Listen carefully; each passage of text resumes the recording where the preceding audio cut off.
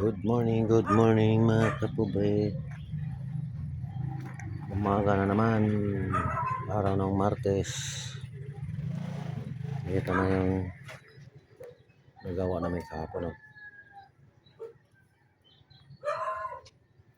Ayan mga kapobre yung ginawa. Nilagay ko na glass block doon sa dulo.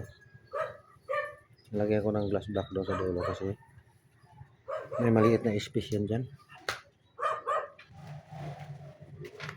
Hindi ko pwede isaga dito yung CR. Dito. Hindi ko pwede isaga dito yung CR kasi sobrang haba. Tapos yung pintuan, magkatapat doon sa pintuan yan doon.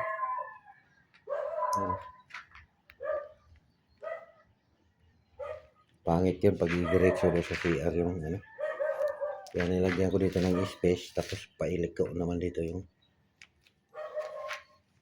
dito na yung pintuan sa CR. Pasok. CR ito dito.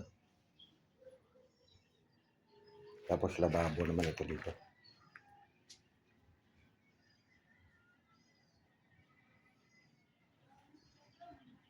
Kunti na lang talaga dyan matapos.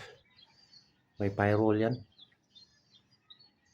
Ubuhusan ko muna ng beam na maliit bago ipatong yung hollow block. Paikot yan. Mayroon yung dyan, beam na maliit. Hanggang doon. Paikot talaga yan. Pati yung mga sa kwarto. Mayroon din yan. So pag matapos namin ito ngayon maghapon, bukas yan ang bubuhusan namin. So, pagkatapos yung buhos, plastering na lahat. Pagkatapos ng plastering, ito naman flooring. Tatapusin ko na yung flooring. Hindi ko muna flooringan dyan kasi madudumihan din. Plastering ko muna yung mga dingding bago mag-flooring para malinis na. Diretso tiles. Saka yung kisame.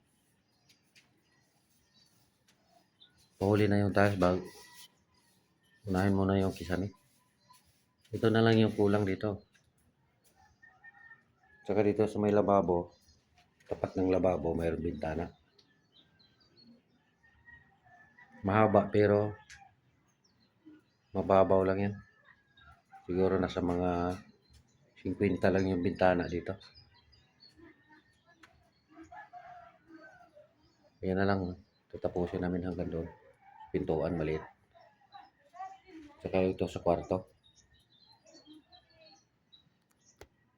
So, yun lang muna ang update ko mga kapobre. Thank you for watching.